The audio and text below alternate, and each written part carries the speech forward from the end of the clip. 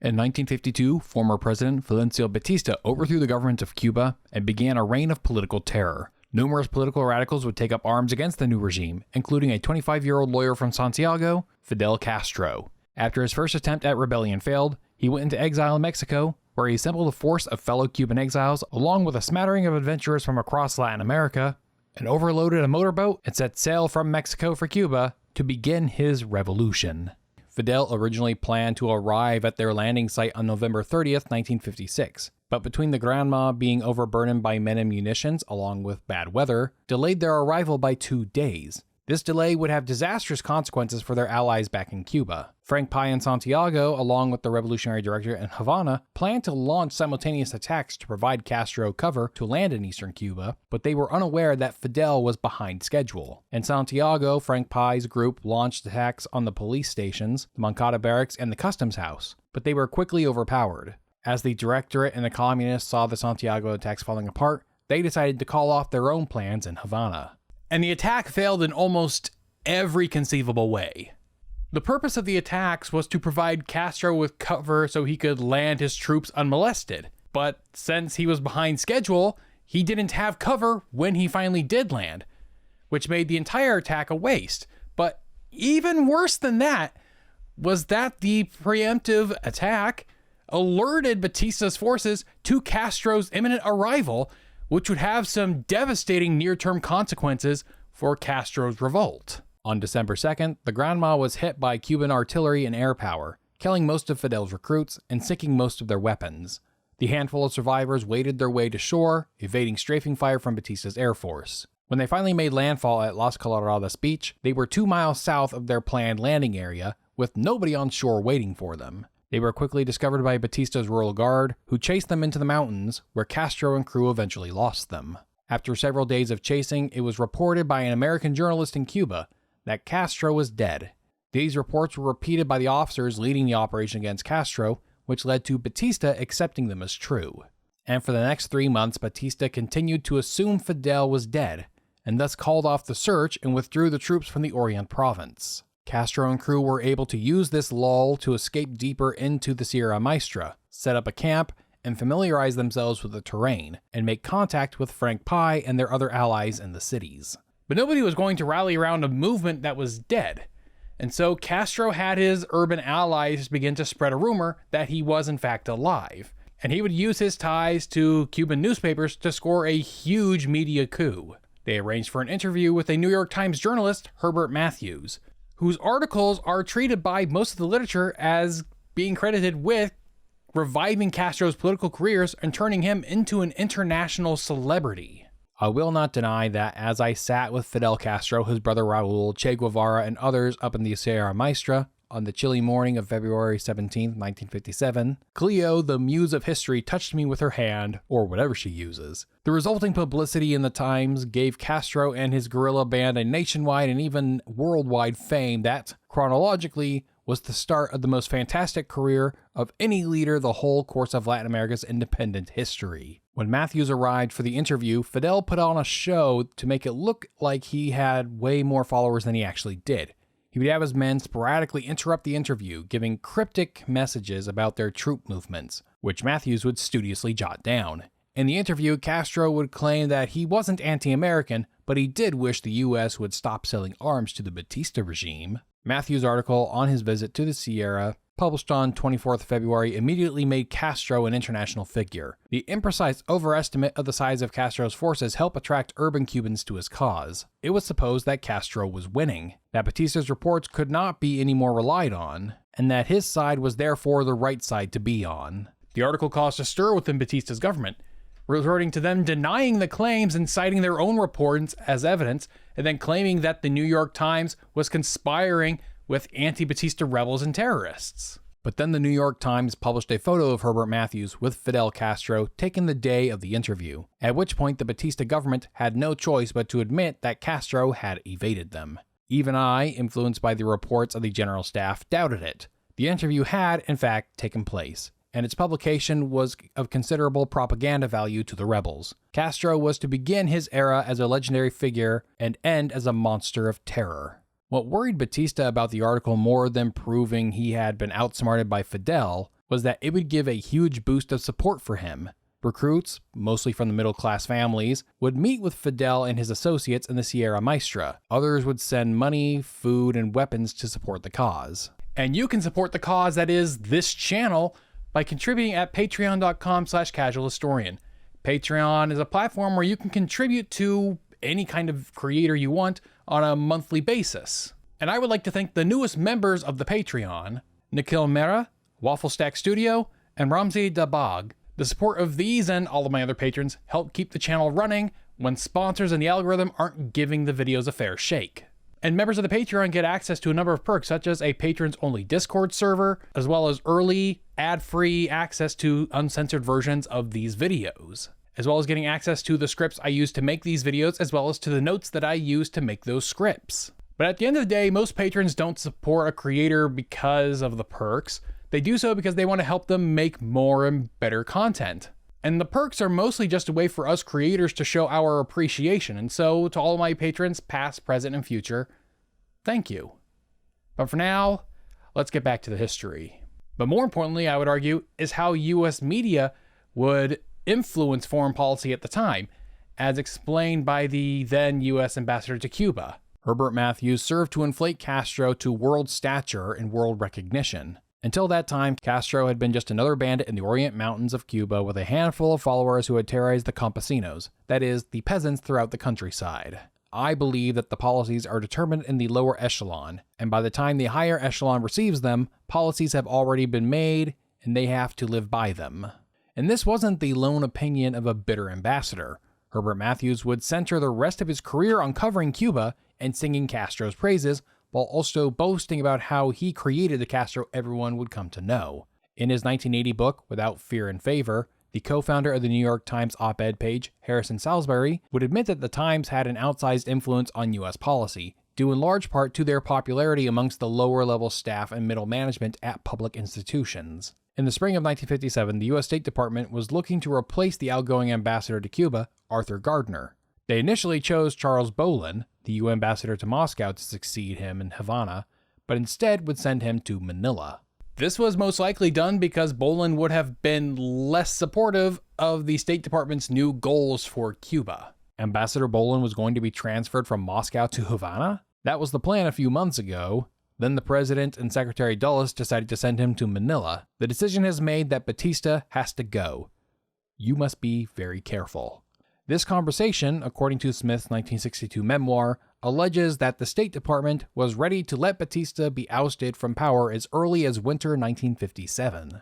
Bolin, like most US ambassadors to the Soviet Union, either already was or would become very anti-communist by the end of his service. And what's likely happened is that they decided not to send him to Cuba because he would not be very willing to aid the overthrow of Batista, considering most of Batista's opponents either were or were at least accused of being communists. And the idea that Castro or the July 26th movement might be communist was already circulating within the State Department and the CIA. Former head of Western Hemisphere Affairs in the State Department, Sproul Braden, said in an interview with Human Events magazine that Castro was either a communist or their tool, and his victory would bring political and economic chaos and the tyranny of communism to Cuba. However, in the late 40s and early 50s, Braden was a lobbyist for the United Fruit Company and played a role in persuading the Eisenhower administration to overthrow President Jacobo Arbenz Guzman of Guatemala in 1954. So many, especially today, would question his motives and his reasonings for this, but just because somebody has some amount of motivated reasoning doesn't mean they don't know what they're talking about. But Guatemala is a story for another time. Suffice it to say, both state and the CIA were aware of Castro's communist ties, including Raul and Che's direct involvement with communist parties, along with Fidel's involvement in the Caribbean Legion and the Bogotazo. Despite all of this, US media would have a disproportionate impact on US foreign policy in Latin America at the time, especially in the case of Cuba, in which the State Department would recruit Herbert Matthews to brief Ambassador Smith before his arrival. The significance of my briefing by Mr. Matthews is that it revealed the thinking and the aims of those influential sources in the lower echelon of the State Department at the time. For the views of the New York Times journalist on the Cuba situation were fully publicized. Smith would finally arrive in Cuba in June 1957, just months after a huge attack from the Revolutionary Directorate. Just as Castro and the July 26th movement were afraid of other anti-Batista groups taking the spotlight from themselves, so was the Directorate, despite their informal alliance. After the Matthews article in late February, Castro began to gain more attention and public support, which coincided with shrinking support for the Directorate. So on March 13, 1957, Echeverria launched an attack on the presidential palace. During the attack, a second group, led by Echeverria himself, took control of a nearby radio station, and in a broadcast announced that the dictator had been killed. The Directorate gunmen managed to shoot their way past the guards and get onto the second floor, where the president's office was. The explosions of the grenades and shots created a deafening noise. The shooting had intensified and the explosion of the hand grenades on the second floor could be felt. They found the president's office, but when they opened the door, he wasn't there. Reinforcements eventually arrived, and after several hours, all the assailants were dead, including Jose Antonio Echeverria, who was shot by the police while leaving the radio station. The Directorate had spent months planning the attack, discovering the layout of the presidential palace as well as Batista's daily schedule. 2 days before the attack, while visiting a school in Havana, Batista received a warning about the imminent attack. So he made sure that his wife and son were out of harm's way and changed up his schedule, taking a lunch meeting in a hidden room on the 3rd floor of the presidential palace. He would spend the entirety of the attack in the room, with a phone in one hand and a pistol in the other. This failed attack irreparably weakened the Revolutionary Directorate, and from then forward, Castro and the July 26th movement became the primary armed opposition to Batista. And this was the environment Ambassador Earl Smith had to deal with upon arrival in Havana. Upon their arrival in Havana, they discovered several bombs were planted at the hotel that the delegation was staying at, and the Batista regime would accuse the July 26th movement of planting them, while Castro and crew would claim that this was a false flag attack by Batista. Smith was under instructions from the State Department to emphasize the U.S. neutrality in this conflict, even though both sides would complain that his non-intervention was a de facto support of the other side. Smith had scheduled a tour of Cuba in order to ascertain popular attitudes, and prior to a stop in Santiago, Frank Pai, the head of Castro's urban wing, was assassinated, with many suspecting the timing was intentional to minimize potential problems for the American diplomat. Despite the assassination, Ambassador Smith would keep his scheduled visit to Santiago. But Frank Pai's death, of course, resulted in a funeral, and that funeral would escalate into a general strike in Santiago, which local police would respond to quite brutally, which Smith would condemn in an interview, which got him in trouble with Batista's government.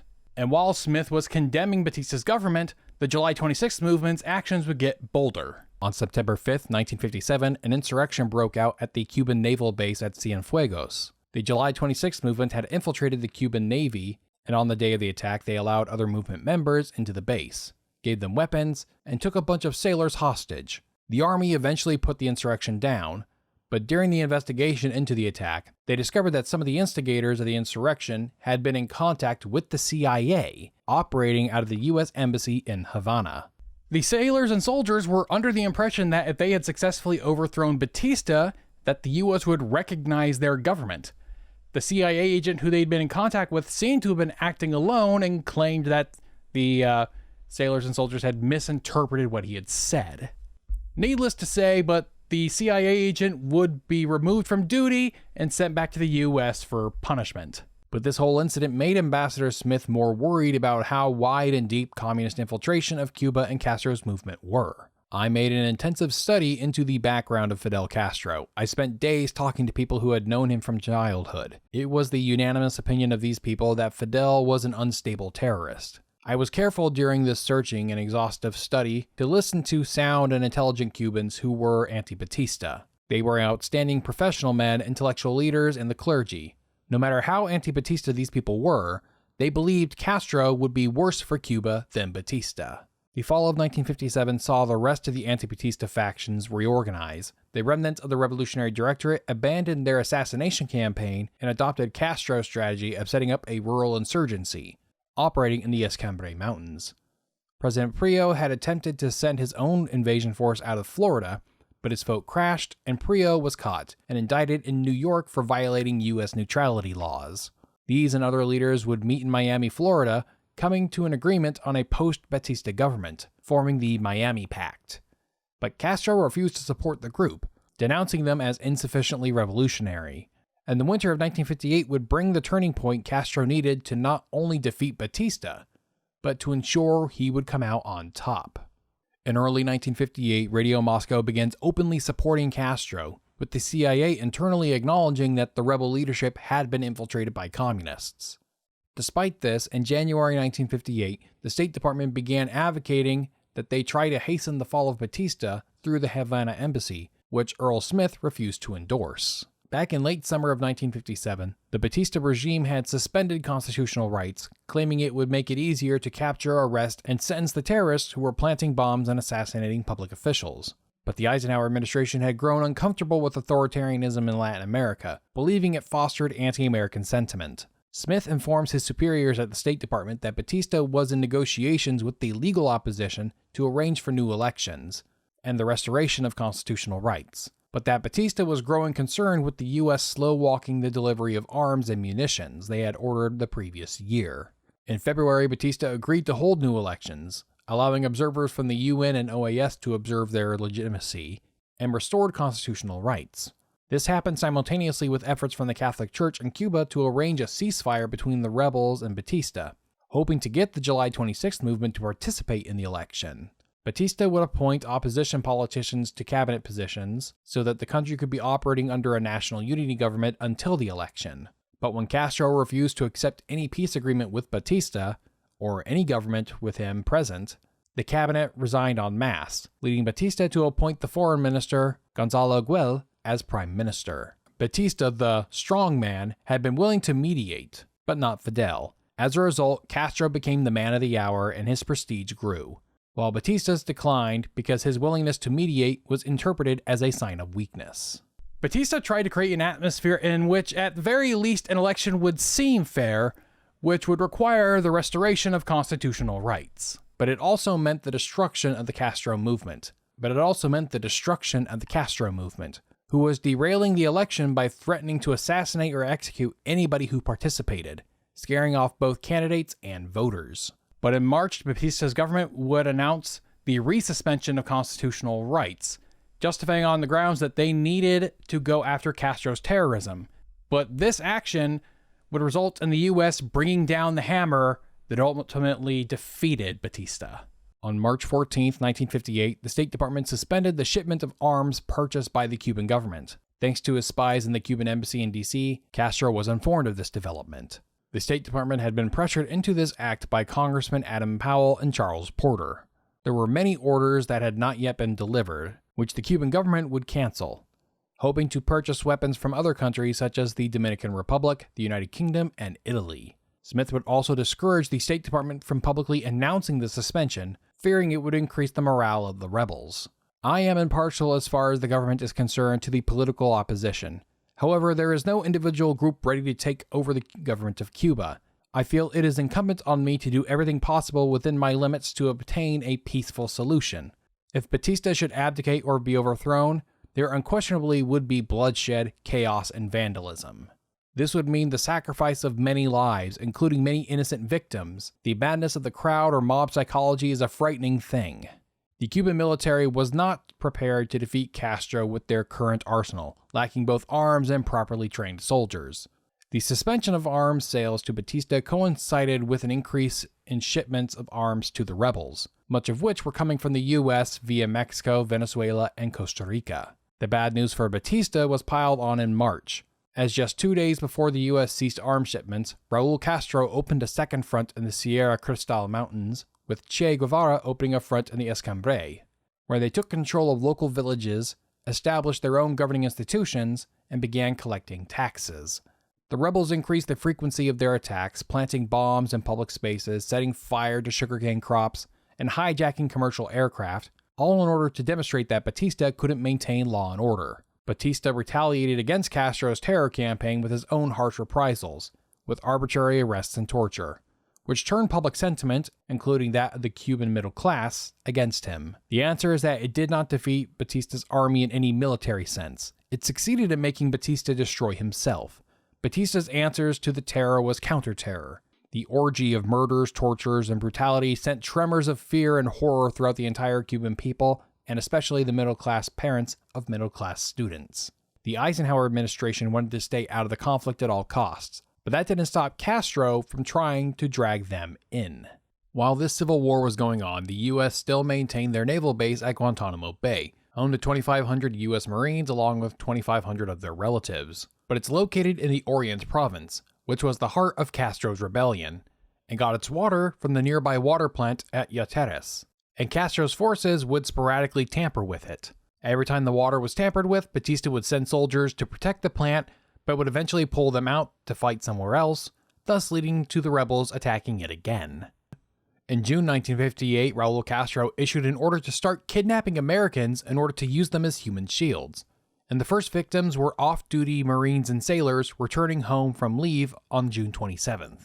The capture resulted in Batista halting air attacks on the province, with the U.S. consul in Santiago demanding to know their whereabouts, as well as demanding their immediate release. The U.S. Navy was given permission to do their own flyovers to intimidate the rebels, who would respond to the Americans by demanding that Guantanamo Bay cease refueling Batista's air force, which had not happened at any point during the revolution, which exposed their true motive to procuring human shields. By this point, Fidel Castro had his own representatives in D.C. who were in regular communication with the Eisenhower administration, and the State Department would reach out to Castro through them to get the hostages released. The hostages were eventually released, but the Castros dragged out the process as long as possible in order to prolong the ceasefire. And when the hostages were interviewed afterwards, they confirmed that, yes, their captors were indeed communists, and some of them even recounted Raul Castro's girlfriend trying to convert them to communists. Raul would order more kidnappings in October, after which Ambassador Smith threatened that he would get the State Department to resume weapon shipments to Batista, which saw the release of the hostages after only 3 days. The new elections were scheduled for November 1958. Batista himself wasn't running, but his coalition was still expected to win, which worried the State Department, fearing that this wouldn't serve as a clean enough break for Castro, and thus not stop the rebellion. Batista's party, the Progressive Action Party, ran former Prime Minister Andrei Rivera Aguirre, with the Authentic Party running Dr. Ramon Grau San Martin again, with the Free People's Party nominating Dr. Carlos Marquez, with both Grau and Marquez calling for a truce and political amnesty after the election. But Castro issued Revolutionary Law No. 2, calling for capital punishment for all candidates running for public office. The election occurred everywhere except for the Orient province, where the rebels were successful in intimidating voters away from the polls, as well as stealing ballot boxes in other jurisdictions. Between this and the anti-Batista opposition being split, Aguirre would win, but the U.S. wasn't willing to guarantee their recognition of his government, despite him offering to restore full constitutional rights and hold a new election after taking office in February 1959. By the time of the election, the Batista regime was running on fumes. Soldiers were regularly deserting or surrendering to rebel forces. The Eisenhower administration said that U.S. forces would only be used to protect American citizens, in spite of U.S. citizens already being coerced to pay off rebels for protection. It was only in December 1958 that the State Department began to take Castro's communist ties seriously, with the CIA now claiming that Castro was a potential threat to U.S. interests in the region. Communists and other extreme radicals appear to have penetrated the Castro movement. If Castro takes power, they will probably participate in the government. Some advisors suggested they resume weapon shipments to Batista as the lesser of two evils, but Eisenhower rejected them, hoping some third option would appear and displace them both. The U.S. had made the decision to not intervene unless absolute chaos broke out. In mid-December, Batista began shopping around various proposals for him leaving power and his succeeding government gaining U.S. support, but at that time, the U.S. was just not willing to commit to any of his proposals. And when Ambassador Smith met with him, he reiterated the U.S. government's belief that Batista wasn't capable of restoring order, and that the U.S. was going to maintain a neutral position in the internal affairs of Latin American countries. But Batista would retort, "You have intervened in behalf of the Castros, but I know it is not your doing, and that you are only following your instructions." In the early hours of January 1st, 1959, Batista and other high-ranking members of his regime fled Cuba by plane, arriving in the Dominican Republic. A provisional government was designated, with Justice Carlos Piedra assuming the presidency and General Eulogio Cantillo appointed Army Chief of Staff. But this was short-lasting. As dawn arrived, the first announcements of Batista's departure were broadcast across Cuba. But at first, people didn't believe it. Castro ordered his forces to attack Santiago and Havana, with Raúl marching toward Guantanamo City and Che moving on Cienfuegos, all falling without a fight. Having heard about Justice Piedra being made president, Castro refused to accept it and demanded that another judge, Manuel Urrutia, be made the provisional president. So Castro called for a general strike, which worked this time, and managed to shut down the country, forcing the Cuban Supreme Court to not give the oath of office to Piedra. Rioting, looting, and vandalism broke out across the island. As the hours passed, it was finally accepted that Batista was gone, leading to the Cuban ambassador in D.C., Nicolas Arroyo, to resign the afternoon of January 1st, handing control of the embassy to the rebel delegations. Initially, there was hope in Washington when Castro picked Carlos Urrutia to be the provisional president, since he was a known moderate. But as time went on, they quickly found that more and more of the decisions of the government were just being handed over to Castro regardless of who was appointed to what position. Urrutia had refused to recognize the Cuban Communist Party, but in late January, Castro overruled him and legalized it. Cuban delegates to the 21st Congress in Moscow proclaimed that they were the vanguard of the revolution against Batista. More and more decisions began being handed over to Castro, which resulted in many decisions being delayed, due to Castro spending most of his time traveling around Cuba giving speeches. But when Castro did get around to appointing people to positions, most of the important ones were filled with communists. A new ministry was created to advise on revolutionary laws and policy. Castro issued decrees abolishing the Congress, the military, and all political parties. They also allowed the confiscation of property and the death penalty without due process. Revolutionary tribunals were set up to try members of the old regime, with over 500 being executed by the end of March. When publicly criticized for this, Castro deflected by claiming that his death toll was nothing in comparison to the atomic bombs dropped on Hiroshima and Nagasaki. Political prisoners were freed, while airports in Florida were crowded with Cuban exiles trying to return home. However, due to the ongoing general strikes, the harbors and airports in Cuba were shut down, leaving Americans stranded in Cuba. The U.S. would halt all flights from the U.S. to Cuba until flights out of Cuba were resumed. But Castro banned American airlines from flying people out of Cuba, and insisted that all passenger flights out of Cuba must be on Cuban airlines. The British and U.S. embassies began arranging for the evacuation of U.S., UK, and Canadian citizens by plane and ship. Rumors spread that the new Cuban government was going to demand Earl Smith's removal, due to his open hostility toward Castro. Ambassador Smith tried to arrange a meeting with Fidel, but decided not to after overhearing one of his public speeches, where Castro said there would be 200,000 dead gringos in the streets if the U.S. attempted to protect American property in Cuba. Smith would be recalled, with his last order being to deliver the letter formally recognizing Urrutia's government. By mid-February, the moderates in the government began resigning in protest of Castro's unilateral rule. After Jose Cardona resigned as prime minister, Castro would appoint himself as the new prime minister, followed by passing laws that drastically increased the premiership's powers, functionally transforming the presidency into a ceremonial office. During the revolution, Castro had made numerous pronouncements that he would hold elections within a year of taking power, but once he was there, he kept changing his mind about when elections would be held, and he would use the reactions of crowds to justify his decisions. Get used to the feeling of walking gently around the edges of a volcano that is liable to burst with sulfurous flames at the slightest provocation.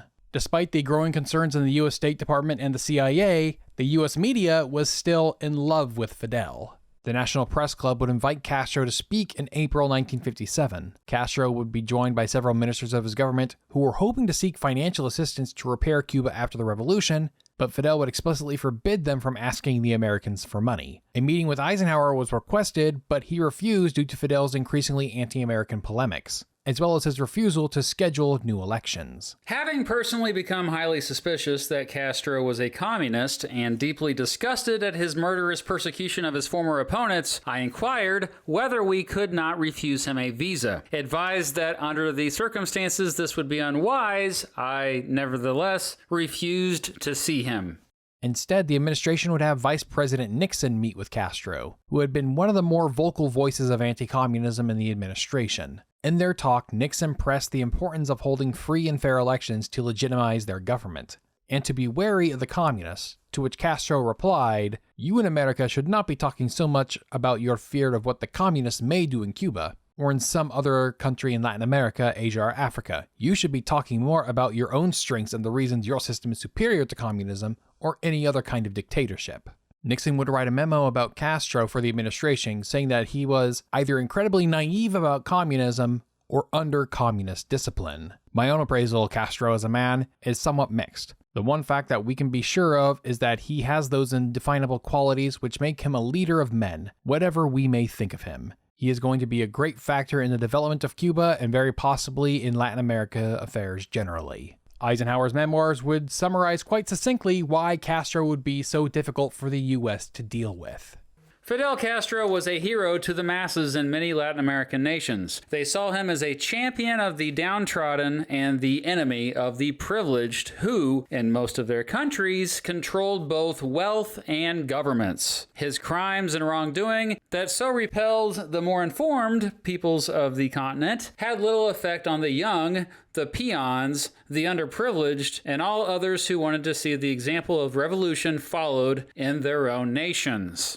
Back in Cuba, the new government was implementing its agrarian reform laws, which capped land holdings and confiscated properties, compensating people in what was universally recognized as worthless 20-year bonds, worth far less than the market value of the seized assets. These laws also forbid evictions, as well as the sale of land to foreigners.